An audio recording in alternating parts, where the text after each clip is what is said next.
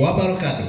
Waalaikumsalam warahmatullahi wabarakatuh. Baik, alhamdulillah ya Bu, ini ada 3.000 ya, audiens kita pada pagi hari ini. Selamat pagi teman-teman semuanya. Iya, kita ketemu Siamas, kita ketemu lagi dengan Library Talks ya. Boleh tepuk tangan?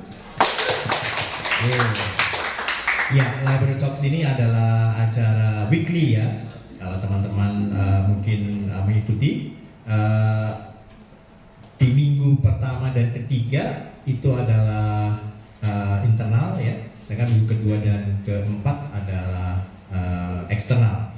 Eksternal ini bisa dosen, bisa tokoh-tokoh, dan juga bisa dari alumni. Teman-teman mahasiswa juga boleh ya, kalau mau ngisi Library Talks untuk mengasah apa ya,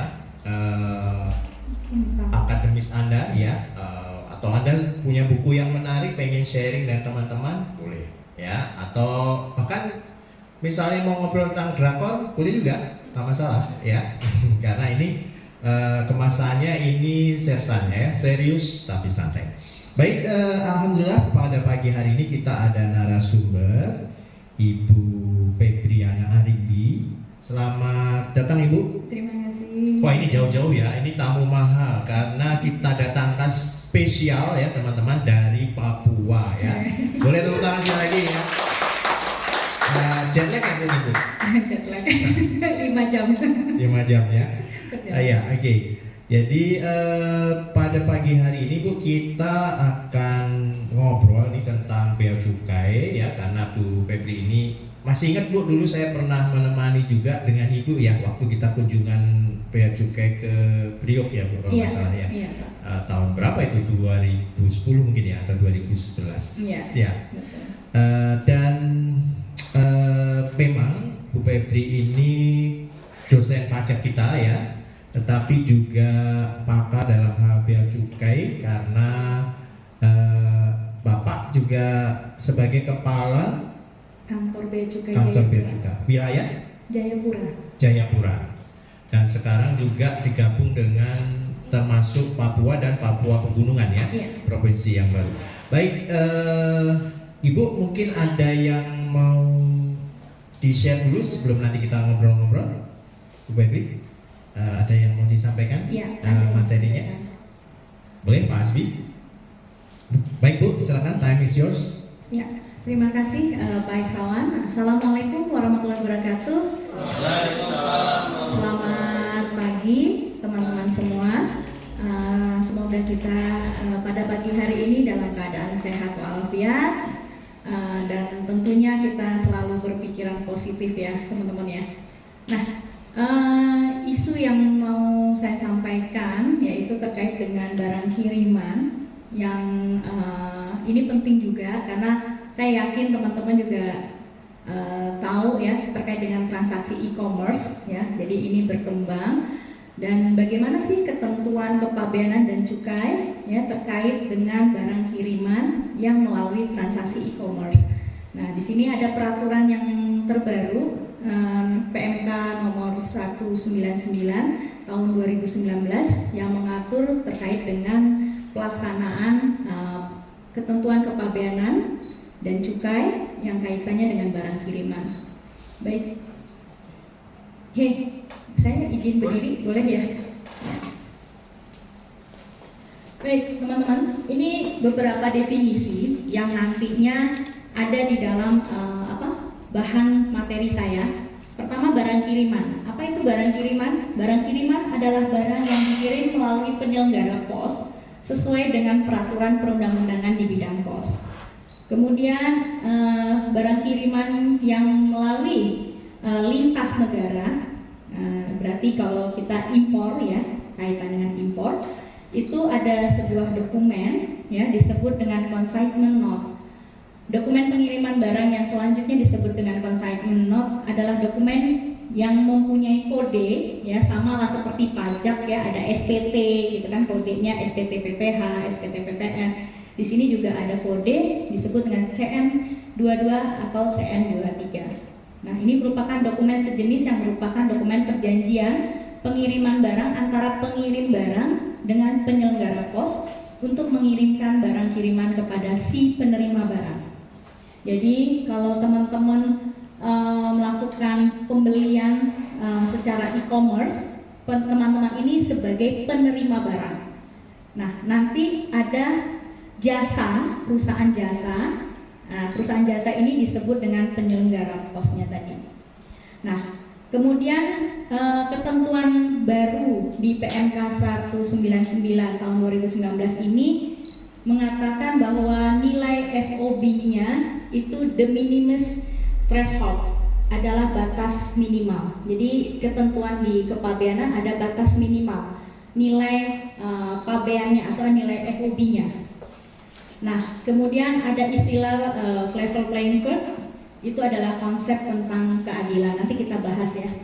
Kemudian ada MFN, Most Favorite Nation, sebagai tarif bea masuk yang dikenakan atas barang impor yang masuk ke suatu negara lainnya, kecuali negara yang memiliki perjanjian khusus mengenai tarif bea masuk dengan negara tersebut. Nah, ini ada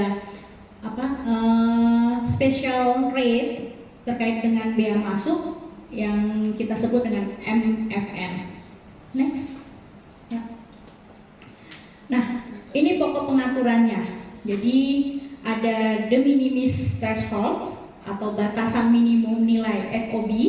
Kemudian kita juga membahas tentang tarif untuk bea masuk, cukai, dan PDRI.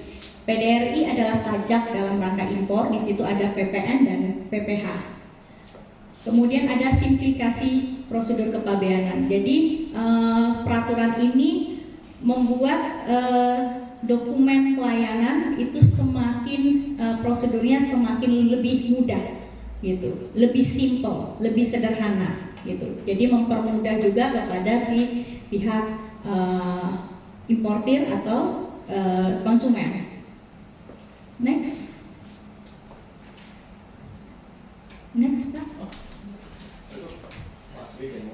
Nah, the minimis threshold atau batas minimum ya, sebelum peraturan ini keluar itu batas minimumnya sebesar 75 US dollar per penerima barang per hari untuk bea masuk dan PDRI. Nah, ini sangat tinggi ya teman-teman ya, sangat tinggi. Kemudian dirubahlah aturan itu dengan the minimis thresholdnya menjadi 3 US dollar. Ini per kiriman untuk bea masuk, dan ini hanya bea masuknya saja, tidak sama PDRI-nya. Jadi nanti ketentuan PDRI, pajak dalam rangka impor yang PPN dan PPH itu mempunyai ketentuan khusus. Nah, kenapa ini berubah semakin rendah? Karena yaitu sistem digital kita nggak bisa kita halangi ya, sudah berkembang sangat pesat dan transaksi e-commerce juga sangat tinggi, di mana masyarakat juga sekarang lebih mudah untuk melakukan pembelian ya, perdagangan baik secara di dalam daerah pabean maupun di luar daerah pabean. Artinya perdagangan internasionalnya juga berjalan. Next, Pak. Nah, kenapa 3 US dollar? Alasannya ada di pasal 25 ayat 1 di huruf M di Undang-Undang Kepabeanan bahwa memberikan pembebasan mutlak atas barang kiriman sampai dengan batas nilai tertentu. Jadi ini sebagai dasar hukumnya, kenapa itu dirubah. Kemudian yang kedua, nilai impor yang sering dideklar dalam pemberitahuan impor barang kiriman di dalam dokumen consignment note itu tadi adalah rata-rata 3,8 US dollar per consignment note. Jadi melihat dari perkembangan beberapa tahun sebelum tahun 2019 bahwa rata-rata pendeklaran dokumen itu 3,8, maka dibikinlah yang paling rendah adalah 3 US dollar. Next. Nah, kenapa perkiriman beban biaya pecah? Ya, consignment notes kurang lebih Rp12.000 lebih besar dari nilai pajak yang dihindari. Jadi ada splitting di bawah USD 3 dolar. Kemudian thresholdnya hanya bea masuk saja, karena undang-undang tidak mengatur mengenai pemberian threshold di bidang perpajakan. Untuk menciptakan level playing field, dengan produk lokal. Artinya kita juga harus melihat produk lokal kita, jangan sampai kalau bea masuknya saja tidak sama PDRI, supaya perkembangan produk di Indonesia juga bisa berkembang gitu. Jadi kalau kita terlalu banyak beli di luar, ketentuan PPH dan PPN-nya disamakan, nah ini akan mempengaruhi juga dengan produk dalam negeri. Next, pengenaan bea masuk PDRI ya, dengan 3 US dollar sampai dengan 1.500. Jadi batasannya sampai 1.500 US dollar. Nah, kalau kurang dari 3 US dollar atau sampai dengan 3 US dollar, maka bea masuknya bebas. Artinya 0%. Gitu. Nah, kemudian PPN-nya tetap dikenakan, yaitu 10%. Nah, kemudian kalau nilai rupiahnya di antara 3 US dollar sampai 1.500, nilai barangnya itu bea masuknya 7,5%, PPN-nya 10%. Nah, kemudian kalau lebih dari 1.500, maka ada dokumen khusus, jadi tidak menggunakan dokumen CN lagi, tapi sudah menggunakan dokumen PIB atau dokumen PIBK, dokumen pemberitahuan impor barang atau pemberitahuan impor barang khusus, dan tarifnya sesuai dengan MFN tadi, sesuai dengan ketentuan perjanjian kita dengan negara lain. Nah, ada notes di sini. Tadi kita lihat ada PPN, ada bea masuk, tapi gimana PPH-nya? PPH dikecualikan dari pemungutan dengan pertimbangan impor barang kiriman pada umumnya merupakan barang konsumsi akhir. Gitu. Jadi PPH-nya dinolkan gitu. Ya. Next. Nah, ini tarif khusus untuk yang tarif MFN di atas 1.500 US dollar. Tadi kan MFN di atas 1.500 kan. Nah, kemudian ada tas, ada sepatu, produk tekstil ya. Nah, untuk tas dikenakan antara 15 sampai 20% tergantung dari jenisnya. Nah, jenisnya kita lihat dari HS code. Ya, teman-teman udah tahu ya HS code ya. Harmonized system, di mana itu tujuannya untuk pengklasifikasian barang. Kemudian sepatu HS code 64 dikenakan dari 25% sampai 30%. Nah, kemudian produk tekstil dikenakan 15% sampai 25%. Nah, ini ditambah dengan PPN 10% dan PPH 7,5% sampai dengan 10%. Ini yang di atas 1.500 US dollar. Tapi kalau yang di bawah 1.500 US dollar, PPH-nya tidak. Begitu.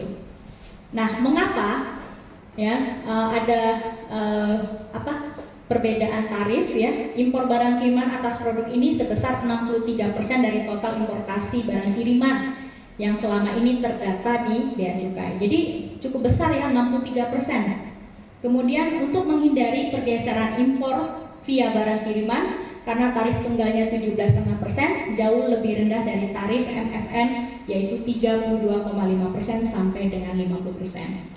Begitu. Next. Nah, ini masih tetap tarif MFN yang di atas 1.500 untuk buku. Bea masuknya 0%, PPN-nya 0%, PPH-nya 0%. Jadi teman-teman kalau beli buku dari luar, kita impor, ya, kita bebas pajak. Ya. Kenapa begitu? Karena untuk mendukung peningkatan literasi Indonesia. Ya. Jadi dikenakannya seperti itu.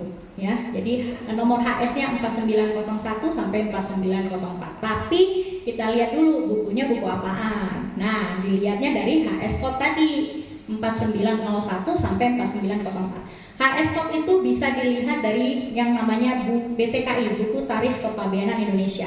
Ya, nanti dilihat di situ HS 4901 itu jenisnya buku yang seperti apa sih yang bisa dikenakan 0%. Nah, biasanya buku yang bersifat pengetahuan ya, gitu. Oke, next Pak. Nah, ini untuk cukai. Nah, cukai itu apa? cukai itu adalah kategori dari jenis-jenis barang-barang tertentu. Produknya yaitu pertama hasil tembakau, kemudian dan hasil tembakau produk lainnya. Kemudian yang kedua etil alkohol, itu berupa zat cair, zat kimia. Kemudian yang ketiga adalah MMEA, minuman mengandung etil alkohol, gitu.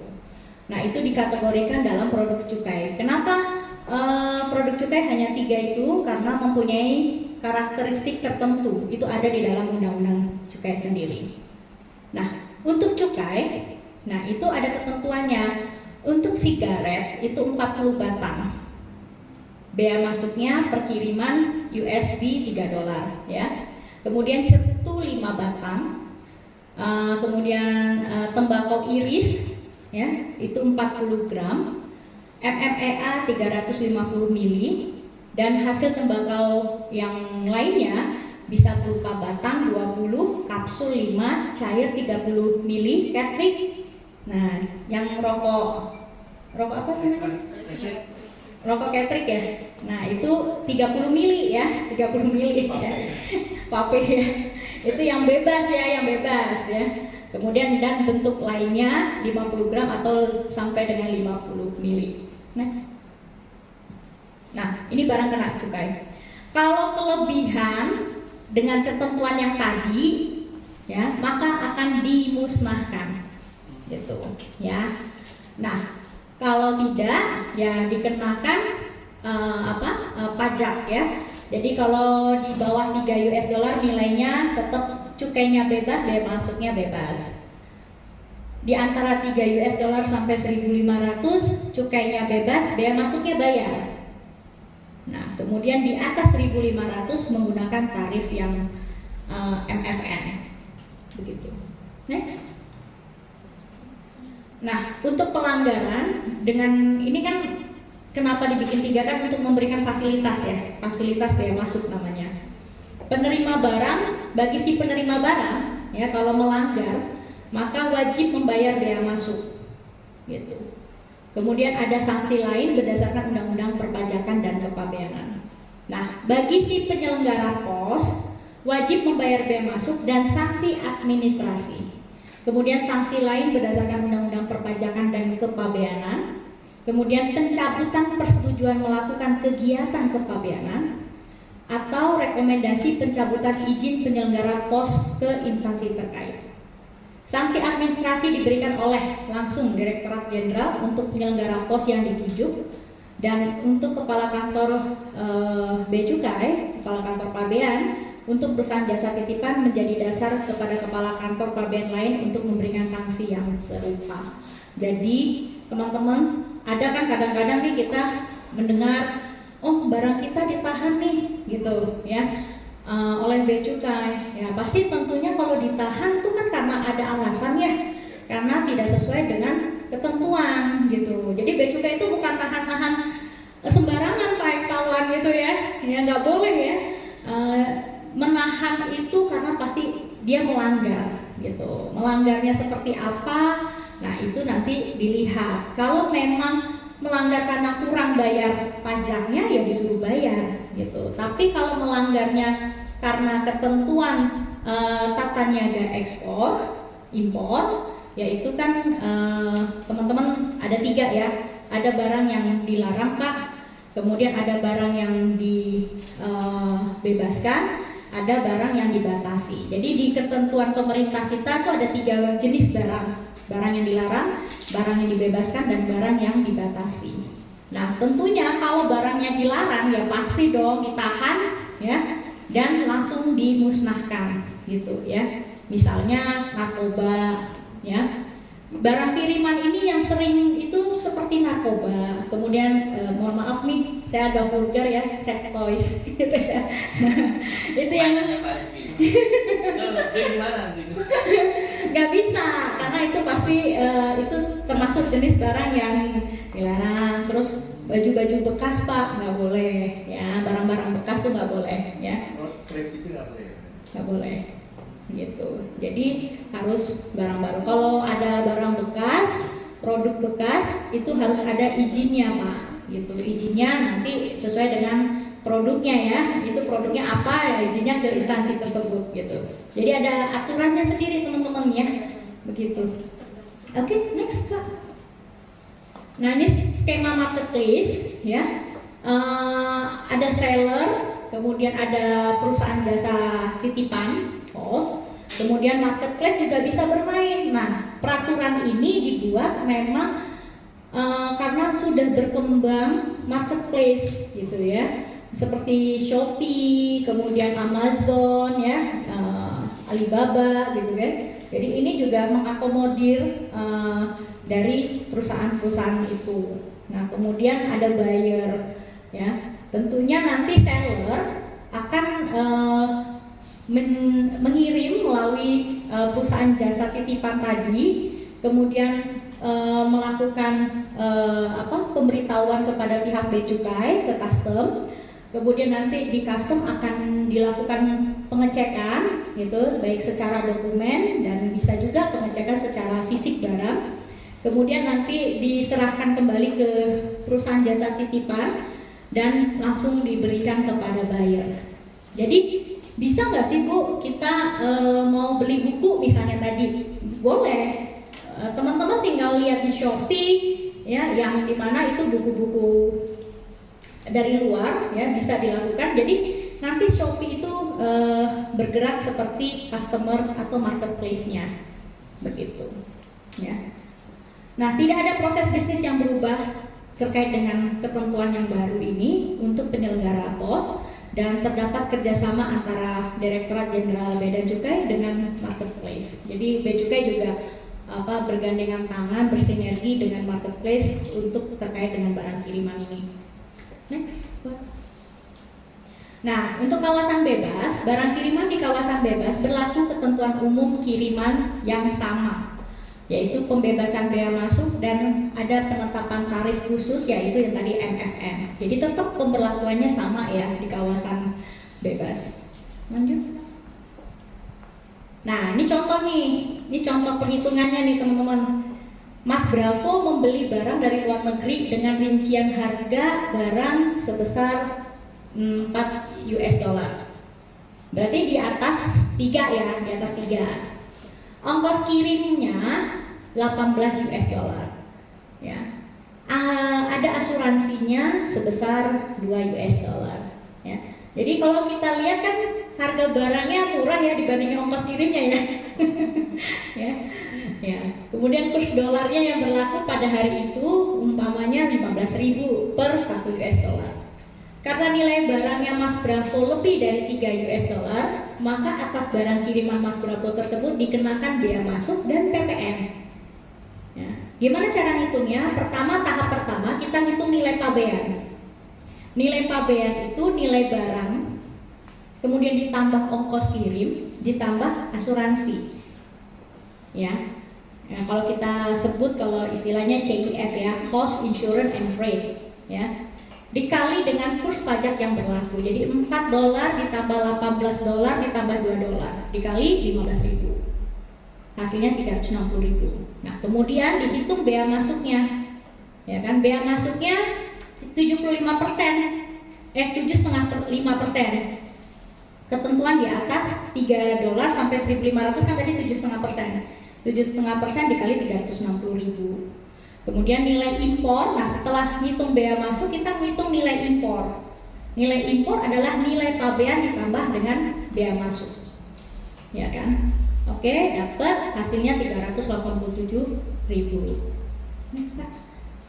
Nah, itu PPN-nya.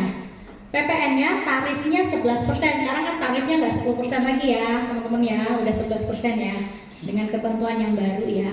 Nah, kemudian dikalikan dengan nilai impor ya. Nah, baru PPh-nya 0 ya, tidak ada ya. Jadi jumlah pungutan yang harus dibayar Mas Bravo adalah seberapa? Ya, bea masuk ditambah dengan PPN, yaitu 27.000 ditambah 43.000, yaitu sebesar 70.000. Coba 4 US dollar dikali 15.000 itu berapa ya? 60.000 kan? Nah, 60.000 ditambah 70 itu yang teman-teman bayar. Itu, ya kan? Yang sisanya dibayarkan ke ini ditambah 70.000 ya. Terus ditambah nanti biaya angkutnya. Kan tadi ada biayanya itu biaya angkutnya ya. Begitu. Jadi untuk perhitungan pungutan negara jumlahnya pembulatan ribuan ke atas. Begitu. Makanya kadang-kadang kalau orang, Pak, kita jalan-jalan nih ke luar negeri ya, gitu. Belanja kan, gitu. Kopernya dikosongin, ya, gitu ya. Kopernya dikosongin sampai sono belanja. Nah itu biasanya memanfaatkan kita kalau jalan-jalan ke luar negeri. Kenapa? Karena tentunya kalau sudah masuk ke negara kita, yaitu dikenakan pajak. Nah, sebenarnya ketentuan ada lagi nih yang menarik selain barang kiriman, yaitu barang penumpang.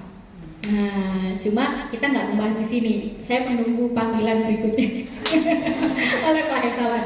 Jadi itu barang penumpang pun sebenarnya ada ketentuannya, nggak bisa sembarangan.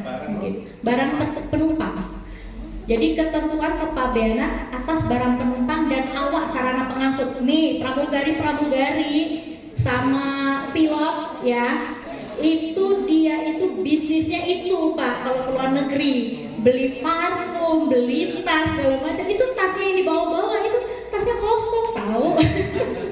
Karena dia di sana belanja gitu. Nanti di sini dijual gitu. Jadi ada ketentuan khusus untuk selain barang kiriman ya. Ini kan barang kiriman yang melalui pos ya. Ada ketentuan khusus lagi untuk barang penumpang dan barang awak sarana pengangkut. Jadi bisa juga nih menjadi pengetahuan teman-teman, siapa tahu ke luar negeri. Kak Hersa sering ke luar negeri ya, karena pandemi jadi nggak ke luar negeri. Nah itu biar tahu. Jadi ketentuannya gimana sih gitu. Begitu. Next. Ya, sudah selesai. Ya itu materi kita pada hari ini terkait dengan barang kiriman. Semoga teman-teman memahami, jadi mengetahui ketentuan-ketentuan terkait dengan kepabeanan, pajak dalam rangka impor dan juga cukai. Baik, saya rasa itu saja dari saya. Terima kasih. Baik, terima kasih Bu Febri. Apa tuh namanya? Tadi sudah ditampilkan ya sedikit tentang kepabeanan dan cukai ya. Terutama tadi tentang Barang kiriman. Barang kiriman ya, oke. Melalui pos. Ya. Jadi Bu, kalau ini yang saya juga kadang-kadang nanya. Jadi sebenarnya sebelum teman-teman nanti boleh nanya ya, harus nanya mumpung ada Pak Harnya nih. Kalau kita beli barang-barang yang di Shopee, teman-teman pernah ya beli Shopee itu kan terkenal murahnya ya Bu ya. Padahal yang saya tahu itu sebenarnya katanya ambil dari Cina ya Bu ya, dari ART sekarang namanya ya. Tapi kenapa masih, apakah mungkin karena harganya di sana murah? Padahal sebenarnya itu masuk berarti kena ya Bu ya? Kena. Ya, jadi yang menjual di perusahaan masuk ke Shopee itu kan udah perusahaan besar ya. Iya. Nah, biasanya mereka sudah jadi gini, impor itu juga bisa satu kontainer itu rame-rame Pak. Iya. Gitu. Jadi ya itu. Jadi mereka satu untuk mengurangi biaya pengangkutan dan biaya asuransi. Yang berat itu kan biaya pengangkutan dan biaya asuransinya. Gitu. Lebih besar gitu dibandingkan harga barangnya. Jadi biasanya importir kecil-kecil UMKM itu mereka mengambil dari situ. Jadi sebenarnya sudah di store dulu di sini gitu ya Bu? Iya. Oh ya seperti itu. Tapi karena saya pernah juga beli yang benar-benar dari sana Bu lewat Shopee dan itu memang cukup lama gitu ya. Sampai itu udah melinting-linting gitu ya. Itunya apa tuh? Tapi kok saya rasakan harganya cukup bersaing padahal secara ini itu sebenarnya kena pajak ya. Iya. Mungkin agennya yang Shopee itu yang di sana memang memberikan harga yang lebih murah Pak. Iya, gitu. betul. Memang. Nah, seperti itu. Ya. Tapi kita juga makanya tadi PPN-nya tetap kita kenakan ya, yang di atas 3 US dollar itu tujuannya adalah agar produk-produk kita nggak kalah saing. Kalau nggak berat, kalau kita dibikin fasilitas pajaknya sampai PPN-nya juga 0%, Ya kan tadi PPh-nya aja udah 0% kan. Kalau PPN-nya dibikin 0% lagi, kita kalah, kasihan produk-produk dalam negeri. Ya, baik. Satu lagi nih Bu ya, sebelum ke Ya. teman-teman, ini ada berita yang mungkin teman-teman akan sering lihat juga. Ada barang-barang tadi yang dimusnahkan ya Bu ya. Iya. Nah, di situ kalau saya lihat di sini nih Bea Cukai Surakarta ya. Iya. Berita ini memusnahkan 3.800.000 batang rokok ilegal. Ya. Berarti ini rokok-rokok seperti Marlboro gitu ya, Bu, yang dari luar negeri Iya, yang dari luar masuk ya. negeri. Nah, pernah juga kepikir ya, atau banyak juga yang ngomong pas lagi lihat TV itu dimusnahkan gitu ya. Kok yo sayang yo dimusnahkan. Coba misalnya itu dijual aja, nanti hasilnya itu untuk misalnya disumbangkan gitu. Ada tuh yang pernah bilang gitu, pernah nggak teman-teman ada yang bilang gitu?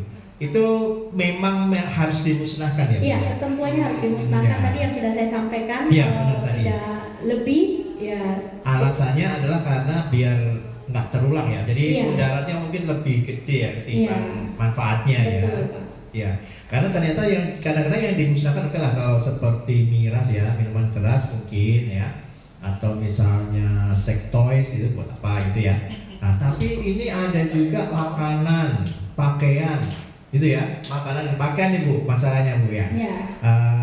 Jadi kalau makanan bukan dari segi unsur ininya nggak lulus misalnya dari BPOM atau MUI-nya enggak ya Bu ya, tapi dari segi legalnya saja Bu ya. Ya, jadi gini Pak, saya kembali lagi ke rokok ya. Rokok Bea Cukai Surakarta melakukan pemusnahan rokok ilegal, minuman keras ilegal. Itu bukan hanya dari barang kiriman saja, tapi juga karena mereka tidak punya pita cukai. Jadi peredaran yang ada di sini mereka tidak melekatkan pita cukainya, jadi tidak sesuai dengan ketentuan. Nah, terkait tadi dengan makanan ya Pak ya, makanan itu bisa jadi karena tidak ada izin BPOM. Yang kedua, makanan itu sudah kadaluarsa gitu. Jadi itu harus dimusnahkan begitu. Terus pakaian, kaitan ada pakaian ya Pak ya. Pakaian itu bisa jadi itu kategori pakaian bekas.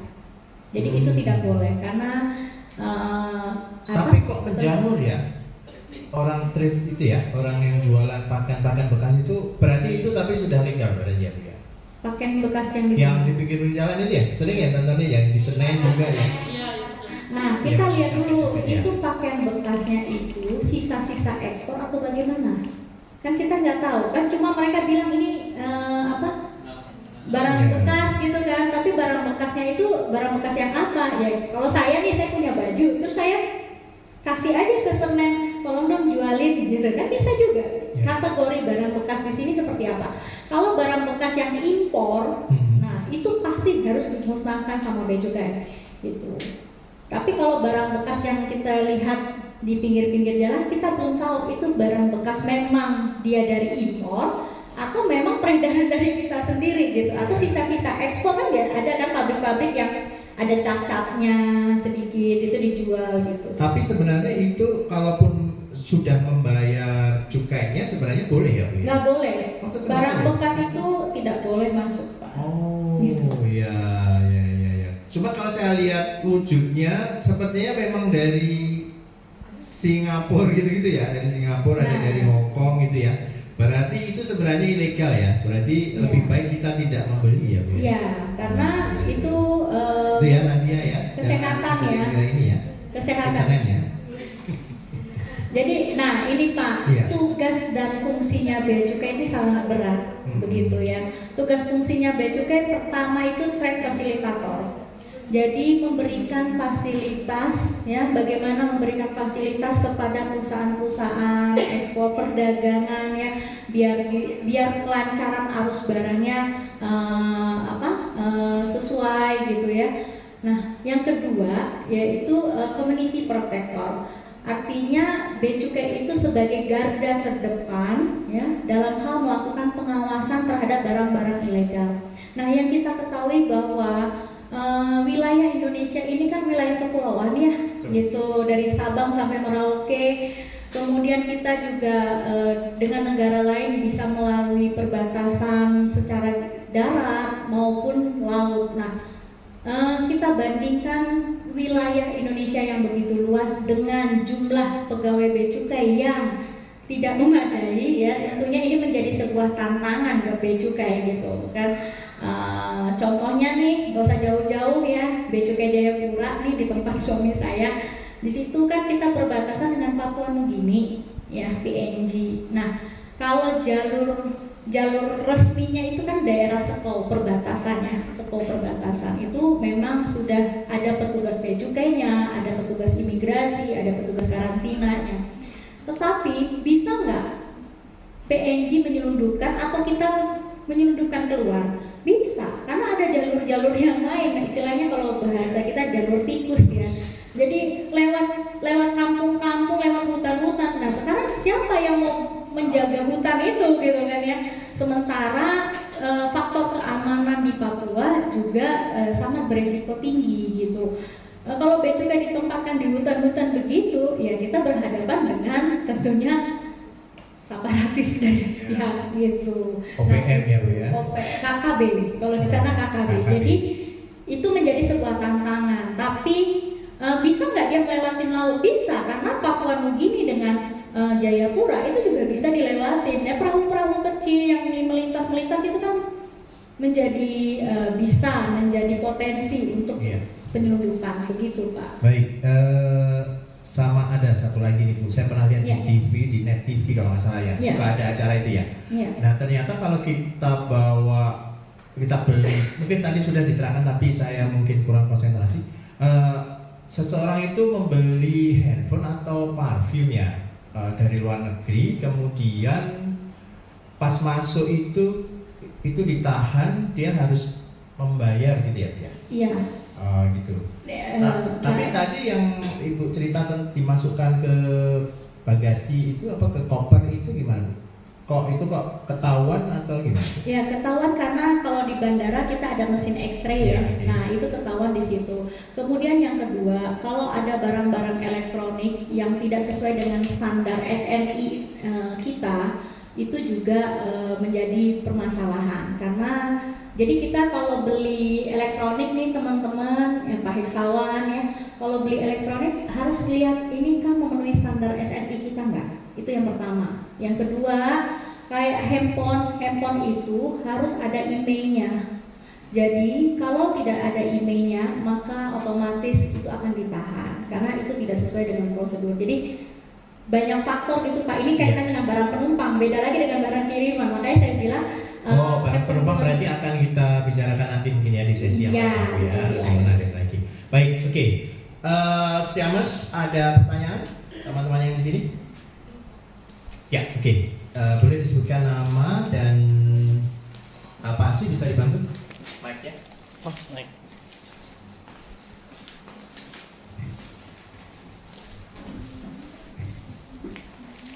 Masa Pak Asri? Langsung sini deh. Selamat siang Bapak Ibu dan teman-teman. Saya Isma Nurbara dari Angkatan 2019 kelas pajak. Mohon izin Ibu Bapak ingin bertanya terkait tadi barang impor ya. Tadi terkait buku itu kan memang tidak dikenakan pajak ya atau 0% pajaknya. Tetapi tadi Ibu bilang ada standar tertentu untuk buku-buku yang sekiranya berkaitan dengan pengetahuan. Nah, tapi ada juga buku yang bisa dikenakan pajak ya Bu ya? Bisa. Itu buku yang seperti apa dan mengapa bisa dikenakan pajak? Itu aja Bu, terima kasih. Baik Mbak. Dengan Mbak siapa tadi? Isma. Isma. Bu, ditahan dulu ya Bu. Oke, baik. Gimana? Ya, monggo silakan. Yang lainnya? Nadia? Nadia ngantuk nih. Dewi. Ya, nanya. Boleh Pak? Ya.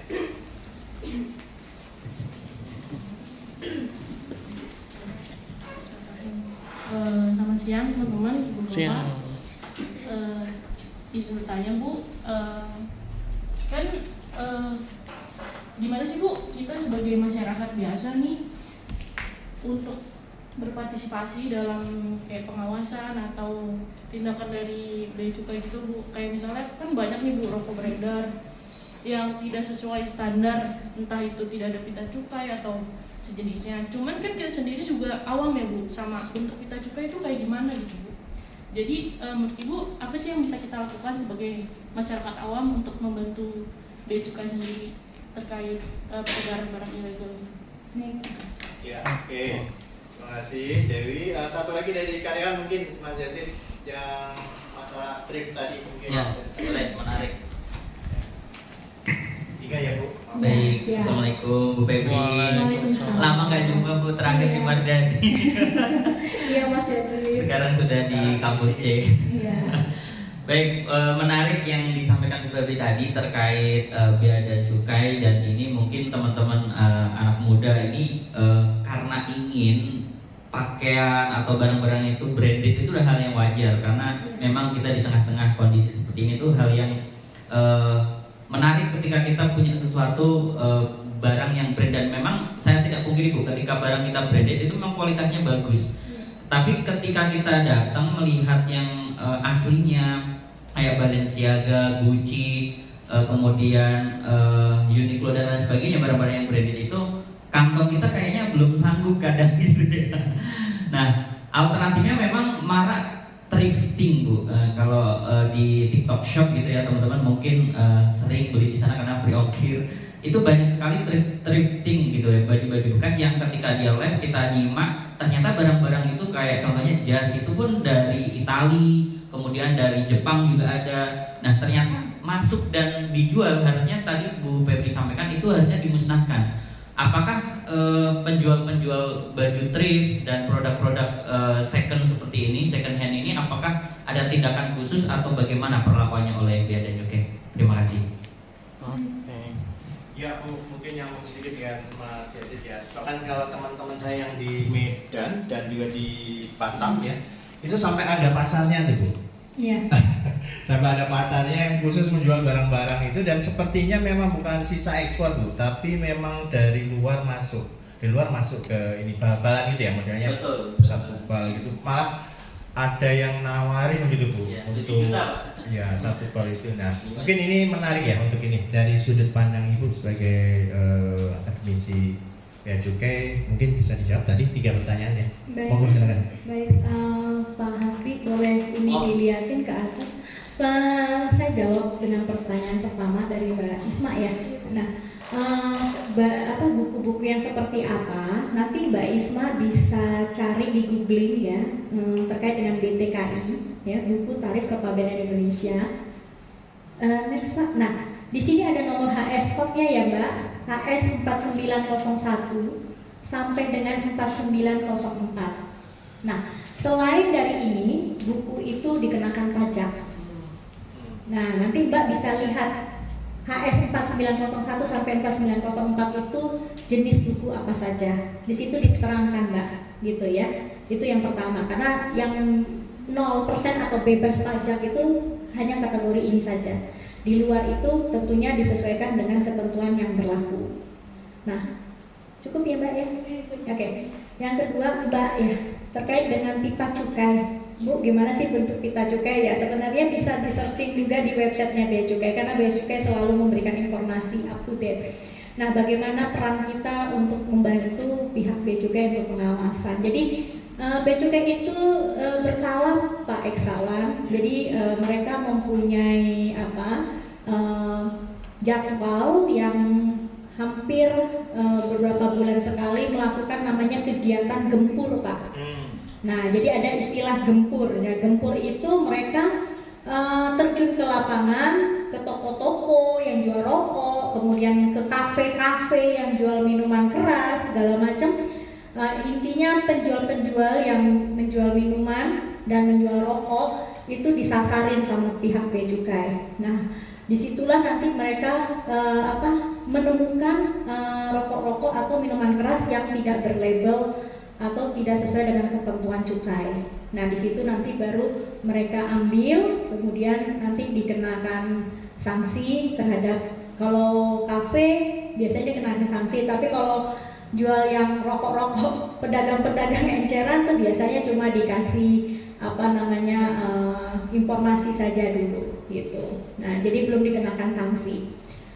Begitu ya Mbak ya, terkait itu nanti bisa dilihat bentuk pita cukainya gitu. Sekarang pita cukainya sudah berbentuk hologram Pak, jadi tidak bisa ditiru gitu ya. Ya, jadi kalau boleh sih sebenarnya ini menarik ya teman-teman. Mungkin Pak Hesawan bisa mengagendakan untuk tahun depan pada saat mata kuliah kepabeanan dan cukai kita kunjungan ke kantor pusat Bea Cukai Rawamangun. Kita Di kelas. Papua teman-teman ya. Oh jangan. Ke kantor Bea Cukai. Jadi gudangnya pita cukai itu ada di kantor pusat Bea Cukai Rawamangun. Rawamangun Pak. Jadi pembuatannya di situ. Jadi nanti bisa dilihat gitu, gudangnya di situ, jadi bisa dilihat dan dari situ nanti disebar kepada perusahaan-perusahaan rokok se-Indonesia gitu. Boleh nih gitu teman-teman ya. Terkait juga dengan barang kiriman tuh boleh kita ke kantor pos. Jadi kalau barang kiriman itu di kantor pos Pasar Baru, di situ ada kantor Bea Cukai, jadi kita bisa tahu proses mereka melakukan pengawasan begitu. Nah terkait Mas Yazid ya, terkait barang bekas begitu ya. Yang tadi Bapak menyebutkan di Medan, kita pernah dengar kasus ya. Coba nanti teman-teman lihat ya di YouTube ya, bahwa Bea Cukai itu pernah menggagalkan penyelundupan balpres, namanya balpres Pak ya, barang-barang bekas yang gulungan dan segala macam itu ya, itu di Belawan Pak. Nah, cuma apa yang terjadi? Bea Cukainya diserang sama masyarakat karena lebih garang. diserang masyarakat dan itu sampai kepala kantornya lari gitu kan ya, semua pegawai lari karena diserang sama pihak karena kehidupan mereka ternyata dari situ gitu, kehidupan masyarakatnya dari balpres itu. Memang susah untuk melakukan penyelundupan seperti itu. Memang lewatnya yang paling besar adalah daerah Batam dan daerah Belawan. Nah, ternyata usut punya usut nih gitu. Ternyata ada yang berperang gitu. Nah, ini yang susah ya kan. Kalau udah ada backingan, nah ini yang susah. Tapi tetap waktu itu diusut tuntas oleh pihak Bea Cukai. Terus pernah juga ada baru-baru ini di wilayah Kepulauan Riau itu sampai kita harus berhadapan dengan masyarakat juga. Jadi Bea Cukai ini memang berhadapannya dengan masyarakat tentunya ya, karena menggagalkan penyelundupan pada saat itu adalah rokok ya dan segala macam. Jadi dia pakai kapal, terus kapal nelayan. Jadi kalau orang melihat sih itu nelayan gitu, orang mancing gitu kan. Tapi ternyata di dalamnya, di bawahnya itu ternyata barang-barang itu. Nah, ya tadi saya bilang, Bea Cukai sudah berusaha nih semaksimal mungkin untuk melakukan pengawasan di perairan. Sampai Bea Cukai itu punya kapal patroli Pak, jadi keliling gitu. Cuma ya itu kapasitas kita nggak bisa, harus memantau 1 kali 24 jam full. Nah itu pada saat ditangkap itu sampai ada yang tertembak. Jadi Bea Cukai itu di Kepulauan Riau itu ya kan mereka melawan terus ditembak. Nah tembak ada yang meninggal, akhirnya diusut juga gitu. Kesalahannya karena Bea Cukai melakukan katanya arogansi dan segala macam. Nah kalau yang di Belawan, Bea Cukai itu pakai kapal patroli, kapal Bea Cukai itu diserang pakai bom molotov gitu ya. Jadi Bea Cukainya ya mundur, kita kan juga menyelamatkan diri ya gitu. Jadi ya seperti itu ya. Jadi untuk pakaian bekas ini memang menjadi perhatian sampai saat ini oleh pihak Bea Cukai ya. Nah untuk di penjualan di Shopee Mas ya, itu ya kita belum tahu itu bekas atau tidak. Itu dulu ya, bisa jadi sisa-sisa ya, sisa-sisa. Cuma kelihatannya endokucel jadi kita bilang bekas gitu ya. Nah yang jelas kalau masuk ke impor dari luar ke kita, nah itu memang ada ketentuannya. Jadi tidak bisa dan tentu akan diambil alih oleh Bea Cukai dan untuk dimusnahkan. Jadi tas-tas branded tadi gitu. Tas-tas branded itu Pak banyak di pabrik ya di Bangkok Pak. Bangkok itu juga ada pabriknya tas-tas branded, di Cina juga. Jadi yang KW-KW ya, yang KW-KW ya. Jadi kalau itu sih legal ya, karena mereka meniru dan itu diperbolehkan gitu. Tapi kan menirunya nggak full ya, nggak full semua, bahannya sintetis gitu kan, bukan bahan yang sebenarnya. Jadi kalau itu ilegal Mas Yazid. Kalau sudah masuk ke Shopee itu sudah ada ketentuannya. Tadi saya sudah bilang bahwa Bea Cukai sudah bekerja sama, bersinergi dengan marketplace. Jadi tentunya barang-barang yang ada di Shopee atau di itu semua sudah barang-barang yang legal begitu. Itu dari saya, Pak. Ya, baik. Sebenarnya masih pengen ngobrol lagi nih ya, tapi sudah 11.14, sebentar lagi Jumatan ya. Mungkin nanti akan ada sesi berikutnya Bu, dan juga termasuk tadi kita akan agendakan ya kunjungan ke kantor Bea Cukai. Berarti tidak harus yang di Priok ya Bu ya? Enggak, di kantor pusat juga boleh. Kita pengen lihat nih. Ada berapa kantor di DKI Jakarta ya? Banyak Pak, Oh, ada Priuk, ada kantor pusat. Tapi kalau untuk pita cukai tadi adanya di kantor pusat. Kira-kira lebih menarik yang di mana Bu? Kalau di yang barang kiriman adanya di kantor pos. Kalau di Priuk kan ekspor impor yang secara umum ya. Iya. Di bandara itu untuk penumpang. Ya monggo, nanti yang menarik dari teman-teman seperti apa? Kayaknya kalau yang lebih happening mungkin yang di Priok ya, karena bisa foto di belakang apa ya waktu itu? Iya, iya. Lebih kemas karena masuk kan kita dikawal ya. Iya. Kita masuk dikawal, jadi nggak boleh sembarangan masuk ke daerah itu. Iya. Kawasan itu. Iya. Nanti mungkin kita berhubungan dengan Bu Ana ya untuk Boleh. ininya apa tuh akses ke. Kalau mau ke Jayapura boleh, lihat perbatasan Sekoul. Nah, boleh. Tapi tiket ditanggung masing-masing ya. Ya baik, Siamers, kita sudah sampai ke penghujung acara. Bu Ana, terima kasih sekali lagi. Terima kasih sama-sama. Iya, Bapak. ini langsung kembali ke Jayapura ya, Bu? Langsung. Insya Allah.